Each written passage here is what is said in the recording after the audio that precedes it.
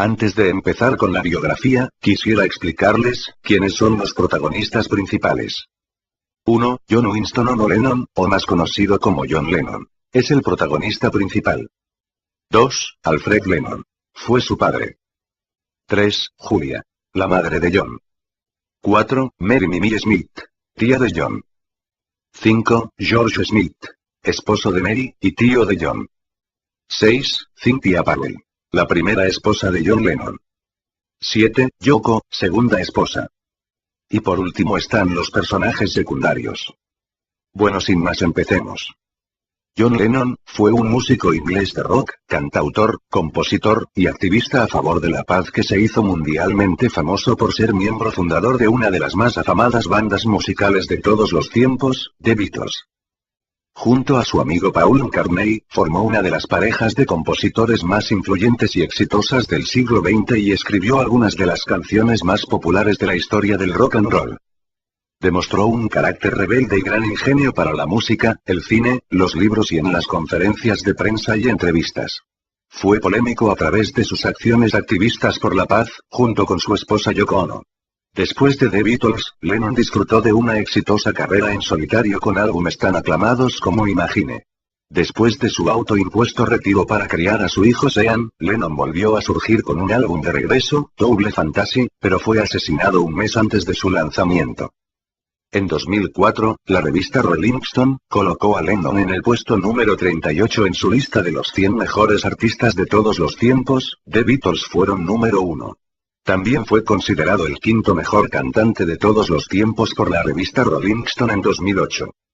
Su padre era un marinero mercante llamado Alfred Freddy Lennon. Cuando nació Lennon, su padre se encontraba en alta mar y muy rara vez estaba en casa. John pasó sus años de infancia con su madre Julia Stanley, la cual llevaba un ritmo de vida muy alocada, pues le gustaba mucho la bebida y frecuentaba los pubs donde había soldados. De hecho, tuvo una hija fuera del matrimonio, la que dio en adopción. Después de tener una fuerte discusión los padres de John, estos le plantearon al pequeño que eligiese irse con uno de los dos. Y ante tal dilema decidió irse con su madre. Pero si el joven John esperaba quedarse mucho tiempo con su madre, se equivocó, ya que la irregularidad de la vida doméstica de su madre fue determinante para entregarlo a su tía Mimi para que lo criase. La tía Mimi y el tío George vivían en los suburbios rodeados de médicos y otros profesionales. Su tío George era propietario de viviendas en alquiler y de una vaquería, y tenían un jardinero que acudía 2 veces a la semana. Pero los tíos del pequeño John no eran ricos, pues tenían que albergar a estudiantes de medicina para aumentar los ingresos de la familia. Cuando John tenía 17 años tuvo la trágica noticia de que su madre había muerto atropellada por un coche, lo que sería para el pequeño una gran pérdida, de la cual no se sobrepuso nunca. Estando en la escuela de secundaria Quarrybank, escuchó un disco de Elvis y está claro que él no iba a ser menos, por lo que formó con su pandilla el conjunto llamado Quarrymen, en el que estaba su amigo Peter. Y estando actuando en una reunión social en los jardines de la iglesia, Peter, un amigo común de John y Paul, los presentó. Esto sería el día 6 de junio de 1957.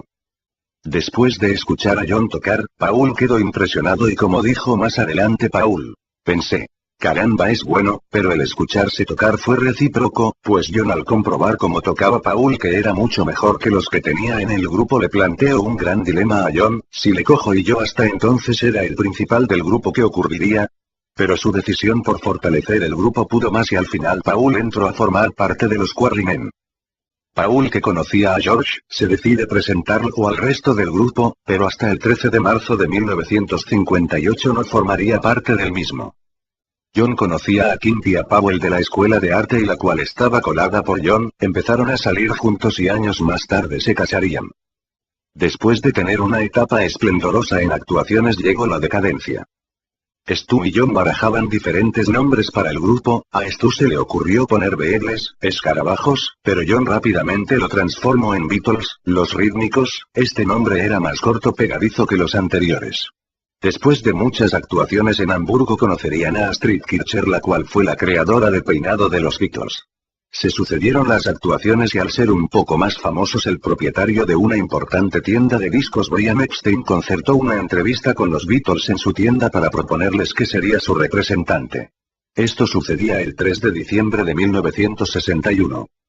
Después de grabar unos sencillos en Hamburgo, Brian consiguió unas sesiones de grabación en EMI, estando al frente del productor George Martin, que al oírles tocar sabía que podía sacar algo bueno de ese grupo, pero lo que no le gustaba era la forma de tocar la batería de Peter Bess, por lo que sugirió que tendrían que cambiar de batería y así fue. El 18 de agosto de 1962 Ringo Starr sería el nuevo integrante de The Beatles.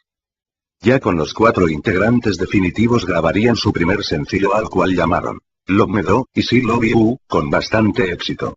Pero el 26 de noviembre grabarían su segundo sencillo, que se llamó Please, Please Me, su primer gran éxito mundial y el comienzo de un hito de Beatles. John tenía la costumbre de ir provocando alguna gracia o alguna indirecta. De hecho, cuando actuaron en Royal Command Performance, ante la Reina Madre el día 4 de diciembre, al término de una canción dijo: los que ocupen los asientos más baratos, tengan la bondad de aplaudir. El resto puede hacer sonar sus joyas. En marzo del 65 John, en una entrevista que concedió, uno de los periodistas, le preguntó sobre su opinión religiosa y dijo: el cristianismo desaparecerá. Se desvanecerá o se empequeñecerá. Nosotros, ahora, somos más populares que Jesucristo. No sé qué desaparecerá antes, si el rock'n'roll o el cristianismo. Por esta frase, en Estados Unidos se organizó un escándalo monumental. El 9 de noviembre de 1966 John conoce a Yoko Ono en la Indica Gallery de Londres y coincidirían en más sitios. John encontró en Yoko el soporte que necesitaba en sus altibajos de carácter que tenía. Después de la muerte de Brian, que era el que mejor controlaba el carácter de John, este se derrumbó. Meses más tarde la que fuera mujer de John, inicia los trámites de divorcio después de 6 años exactos de matrimonio. Y en abril del 69 John se casa con Yoko en Gibraltar, y en 1975 nacería su segundo hijo, llamado Sean. El primer hijo lo tuvo con su anterior esposa, el cual se llama Julian Lennon. John y su inseparable mujer Yoko, siempre se manifestaron a favor de la paz y en contra de la guerra, como la que ocurrió en Vietnam, componiendo una de las baladas más hermosas de todos los tiempos, Imagine, y Canto a la Paz. Pasados ya unos cuantos años, en octubre de 1980, John graba el long play Double Fantasy, con el que tendría mucho éxito y pronto sería disco de oro. En ese mismo año, el día 8 de diciembre a las 11 de la noche, en el vestíbulo del edificio Dakota, el joven llamado Mark Chapman y fanático de John le pide un autógrafo, pero al negárselo le dispara 7 balazos provocándole la muerte inmediatamente. Esa madrugada del día 9 se difundió la noticia a nivel mundial que John Lennon había muerto. Asesinato. La mañana del 8 de diciembre de 1980, la fotógrafa Annie Leibovitz fue al apartamento de Yoko Ono y Lennon para realizar una sesión fotográfica para la revista Rolling Stone. La misma había prometido a Lennon que una foto con Ono sería la portada, pero inicialmente trató de obtener una imagen de Lennon solo. Leibovitz recordó que nadie quería a Ono en la portada. Lennon insistió que tanto él como su esposa debían estar en la portada, y después de tomar las imágenes, Leibovitz abandonó su apartamento. Después de la sesión de fotos, Lennon dio la que fue su última entrevista al DJ de San Francisco Gabe Sholin para un programa musical en la Hardcore Radio Network. A las 5 p.m., Lennon y Ono abandonaron su apartamento para mezclar la pista Walking on Tinice, una canción de Yoko Ono con Lennon, en la guitarra principal, en Record Plant Studio. Mientras Lennon y Ono caminaban hacia su limusina, fueron rodeados por varios individuos que buscaban autógrafos. Entre estos, Mark David Chapman. Era común que los fanáticos esperaran afuera de The Dakota para ver a Lennon y obtener su autógrafo. Chapman, un empleado de un hospital de 25 años de edad y proveniente de Honolulu, Hawái, había ido por primera vez a Nueva York para matar a Lennon en noviembre, pero cambió su opinión y regresó a su hogar. Silenciosamente, le entregó a Lennon una copia de Double Fantasy, y Lennon lo autografió. Después de firmar el álbum, Lennon cortésmente le preguntó: ¿es todo lo que necesitas? Chapman asintió. El fotógrafo y fan de Lennon, Paul Goresh, tomó una foto del encuentro. Los Lennon pasaron varias horas en el estudio Record Plant, antes de regresar a The Dakota a las 10:50 p.m. Lennon no quiso comer fuera para poder estar en casa a tiempo para dar las buenas noches a su hijo de 5 años, antes de que éste fuese a dormir, y porque a Lennon le agradaba complacer a los fans que habían esperado un largo tiempo para verlo fuera de su hogar con autógrafos o imágenes. Salieron de su limusina en la calle 72, a pesar de que el coche pudo haber sido conducido hacia el patio más seguro. El portero de The Dakota, José Perdomo, y un conductor de un taxi vieron a Chapman parado en la sombra del arco. Ono caminó delante de Lennon hacia la recepción. Mientras Lennon pasaba, Chapman disparó 5 balas de punta hueca a Lennon de un revólver 38. En la radio, televisión y periódicos se reportó en aquel momento que, antes de los disparos, Chapman gritó: «Señor Lennon», y se dejó caer en una posición de combate, pero esto no se dice en las audiencias judiciales ni en las entrevistas con los testigos. Chapman ha dicho que no recuerda haber gritado el nombre de Lennon antes de dispararle. Un tiro falló, pasando por encima de la cabeza de Lennon e impactando en una ventana del edificio Dakota. Sin embargo, 2 tiros golpearon a Lennon en el lado izquierdo de su espalda y 2 más penetraron su hombro izquierdo. Las 4 balas infligieron graves heridas de bala, con al menos una de ellas perforando su aorta. Lennon subió 5 peldaños hacia el área de seguridad, dijo: «Me dispararon y se desplomó». El conserje Jay Hastings cubrió a Lennon con su uniforme, y le quitó las gafas. Luego llamó a la policía. La entrada del edificio Dakota, donde Lennon fue disparado. En el exterior, el portero Perdomo sacudió la pistola de la mano de Chapman y la pateó lejos de la acera. Chapman, a continuación, se quitó el abrigo y sombrero para prepararse de la llegada de la policía para mostrar que no llevaba ningún tipo de arma oculta y se sentó en la acera. El portero Perdomo le gritó a Chapman: «¿Te das cuenta de lo que has hecho?». A lo cual Chapman con mucha calma respondió: «Sí, acabo de disparar a John Lennon». Los primeros policías en llegar fueron Steve Spiro y Peter Cullen, quienes estaban en la calle 72 con Broadway cuando escucharon un reporte de disparos ocurridos en Dakota. Los oficiales encontraron a Chapman sentado muy calmado en la acera. Informaron que Chapman había dejado caer el revólver al suelo y sostenía un libro de bolsillo. Chapman había escrito un mensaje en la parte interior de la tapa del libro: «Para Holden Caulfield, de Holden Caulfield.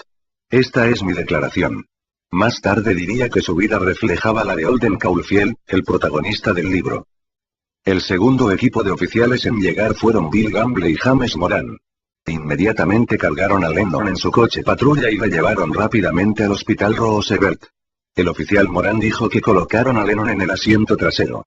Moran preguntó: «¿Sabes quién eres?». Hay versiones contradictorias sobre lo que sucedió después. En una se dice que Lennon asintió ligeramente y trató de hablar, pero solo fue capaz de hacer un sonido de gorgoteo, y perdió el conocimiento poco después. El doctor Stephen Lynn recibió a Lennon en la sala de emergencias del hospital Roosevelt. Cuando Lennon llegó no tenía pulso y no respiraba. El doctor Lynn y otros doctores trabajaron durante 20 minutos, abriendo el pecho de Lennon e intentando hacer un masaje cardíaco manual para restablecer la circulación, pero el daño en los vasos sanguíneos alrededor del corazón era demasiado grande. Lennon fue declarado muerto a la llegada a la sala de emergencias del Roosevelt Hospital, a las 11:15 p.m. por el Dr. Lynn. La causa de la muerte se reportó como una hipovolemia, causada por la pérdida de más del 80% del volumen sanguíneo. El Dr. Elliot M. Gross, el jefe del servicio médico forense, dijo que nadie pudo haber vivido más de unos pocos minutos con tales heridas múltiples de bala. Ya que Lennon fue disparado con 4 balas de punta hueca, que se expanden al entrar en el objetivo y perturban gravemente el tejido a medida que viajan a través del objetivo, los órganos dañados de Lennon estaban prácticamente destruidos al producirse el impacto. Yoko Ono, llorando, dijo: «Díganme que no es verdad». Fue llevada al Roosevelt Hospital y entró en estado de shock después de saber que su marido había muerto. El día siguiente, Ono emitió una declaración: «No hay ningún funeral para John. John amó y rezó por la raza humana. Por favor, hagan lo mismo por él. Con cariño, Yoko y Sean». Bueno, ya llegamos al final, espero que les haya gustado, y si es así suscríbete, estaré haciendo más vídeos sobre iconos del rock. Gracias.